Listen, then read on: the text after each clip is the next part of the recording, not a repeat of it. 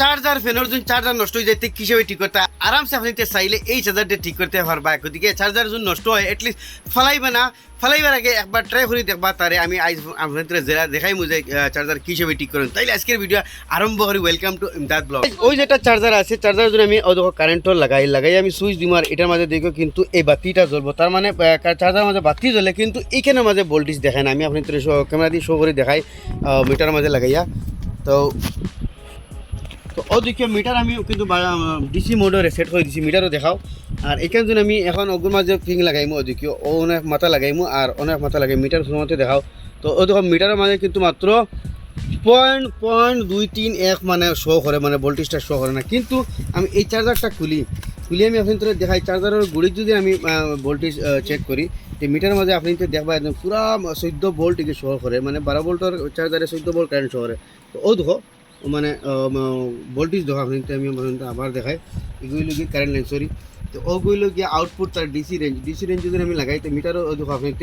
পুরা 14 volt current দেখা তার মানে চার্জারটা কমপ্লিটলি ঠিকই আছে কিন্তু এই পিনের কারণে গিয়া এগুলো মুখে দিয়ে মানে কারেন্টটা দাঁড়া না তো এখন আমি কোথাও করবো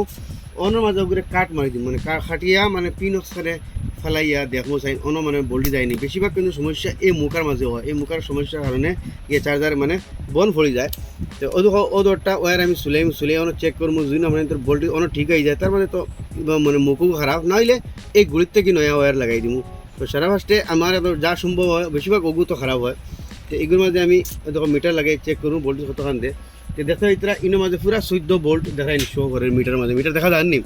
তো তার মানে চার্জার পুরা বালা এখন আমি দেখো আমার কাছে এই যেগুলো পিন আছে এগুলো পিন আপনি মার্কেটও 10-15 টাকা ফাইলি ভাই ইয়া আপনি তো অনলাইনেও ফাইলি ভাই এই পিনটার ইনো লাগাই দিব এইটা যেটা প্রবলেম আছে সলভ হয়ে যাব কারণ একটা চার্জার লইতে হইলে 350-400 টাকা লাগে আর এইরকম যদি ঠিক হয়ে যায় তো মানে কোশিশ করলে সপ্তাহ হয় আর তো হার্ড কিছু নাই বললাম না নিতে আসলে সিম্পল জিনিস আর এই পিনটা আপনি মার্কেটে আরামসে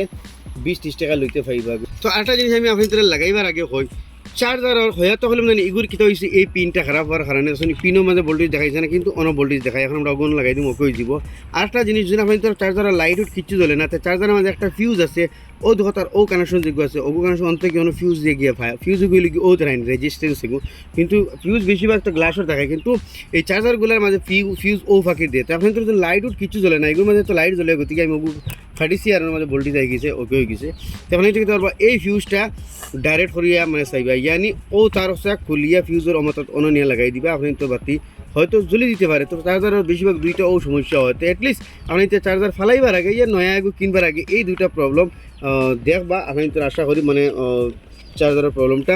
দূরই দিব এখন আমি এইটা লাগাই দিব এটার কিন্তু প্রবলেম শেষ আমি মুখের এই পিনটা লাগাই দিব পিনের মাঝে কিন্তু লাগাইতে সময় আপনার ধ্যান রাখবা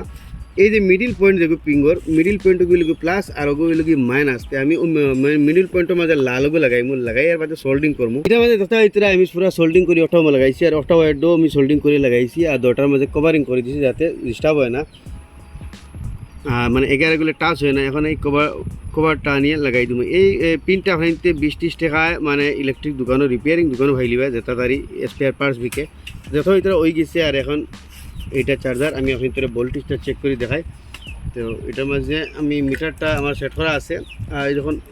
মাঝখানে লাগাইমু সাইডে লাগাইমু আউটে লাগাইমু ও সরি চার্জার কানেক্ট লাগাইছি না তো ও যখন লাগাইছি আর ভোল্টেজটা দেখতে হইতরা